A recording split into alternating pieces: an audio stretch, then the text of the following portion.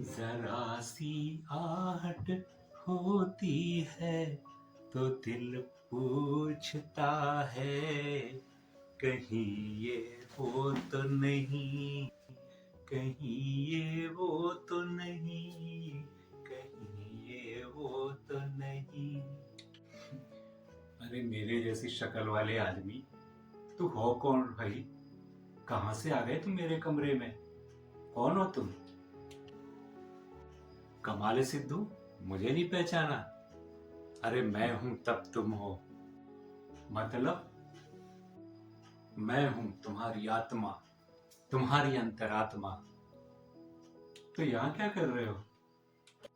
कुछ नहीं, तुम्हारी परेशानी देखकर सोचा कुछ तुमसे बातें ही कर लूं। वैसे परेशानी है क्या तुम्हारी?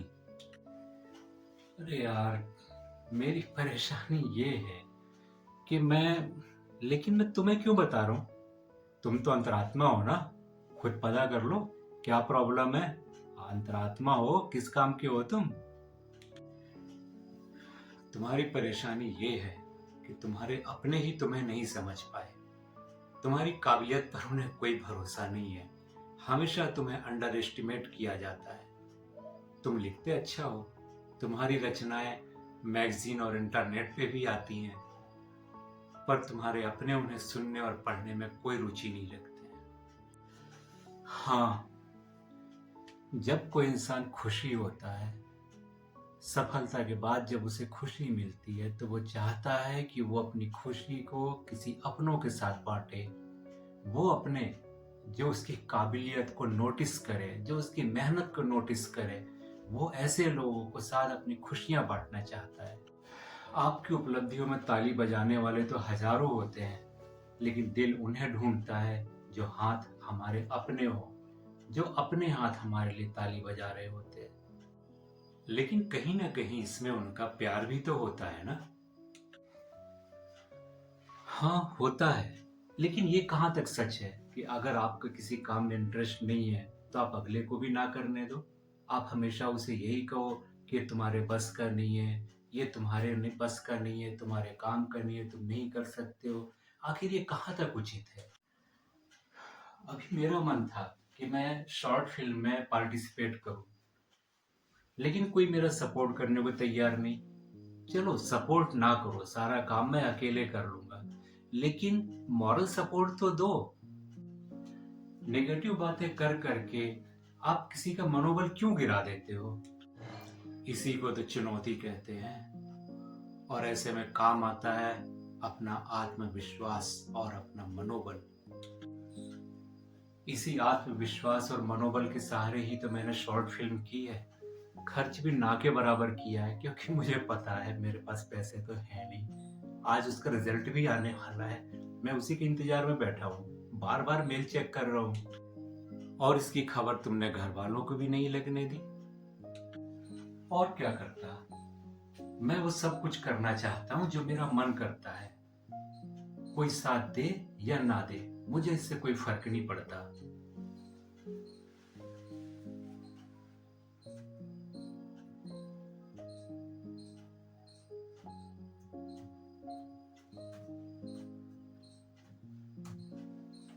ओह या,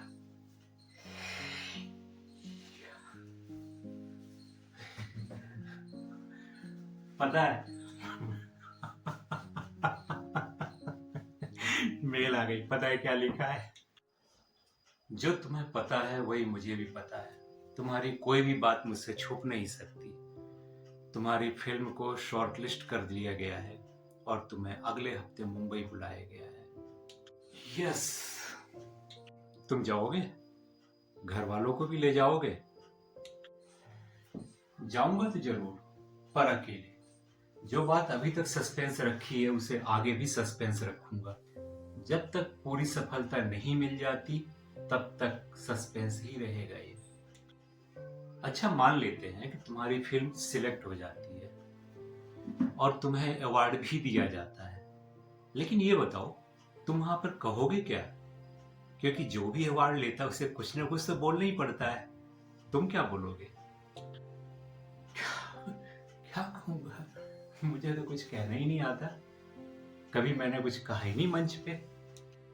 ऐसा करते हैं, एक इमेजिनेशन करते हैं कि तुम्हें अवार्ड दिया जा रहा है, तुम्हारा नाम बुलाया जा रहा है और फिर तुम्हें कुछ कहने के लिए मंच पर आना है। ठीक है ना? ठीक है। Ladies and gentleman, this award goes to mister Siddharth Srivastava. मैं अनुरोध करता हूं सिद्धार्थ जी से कि वो मंच पर आएं और अपनी फिल्म के बारे में कुछ कहें।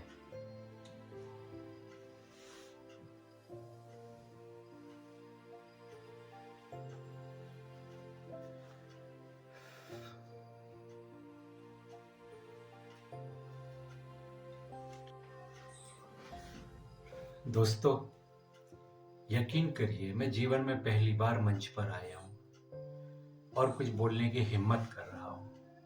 हिम्मत इसलिए कि मुझे बोलना नहीं आता, फिर भी बोलने की हिम्मत कर रहा हूं। अगर डगमगा जाऊं तो आप लोग मुझे संभाल लीजिएगा।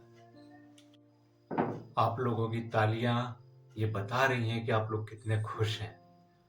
मैं किन शब्दों में आप लोगों का आभार व्यक्त करूं, मैं समझ नहीं पा रहा हूं।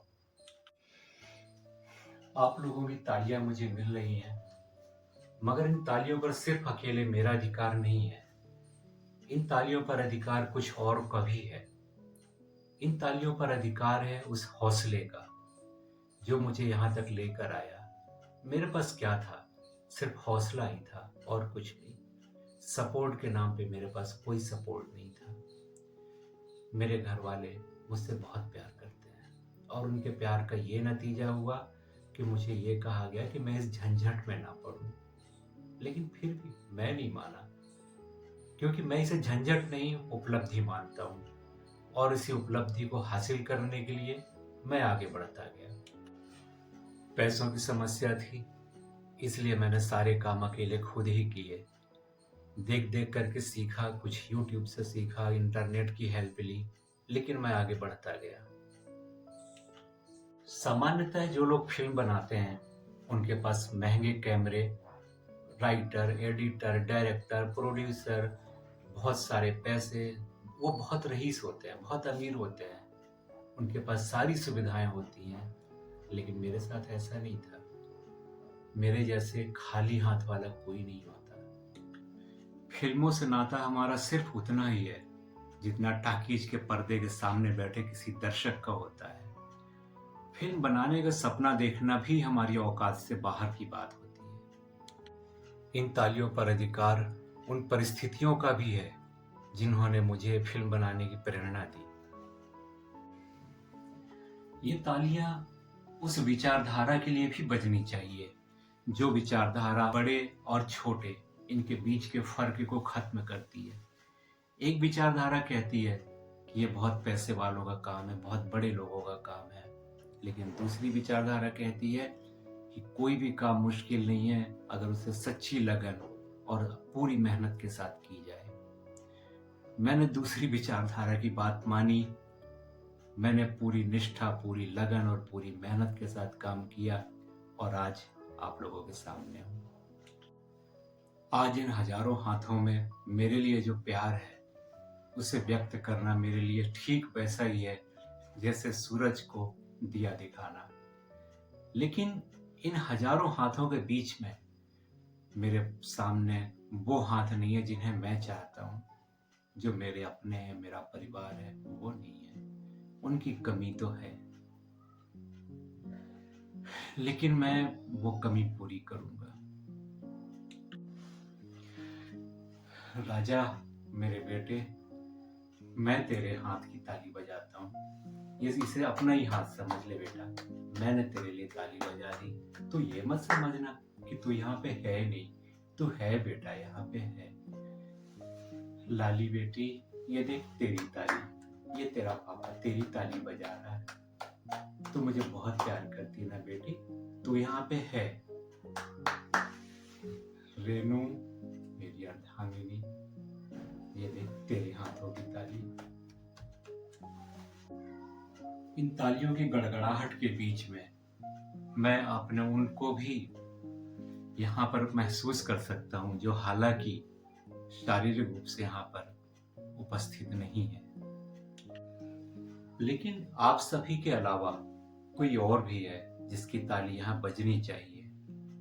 अगर वो यहाँ नहीं है तो समझो कोई नहीं है यहाँ पर। उसकी ताली के बिना खुशियों का ये सफर अधूरा ही रह जाएगा।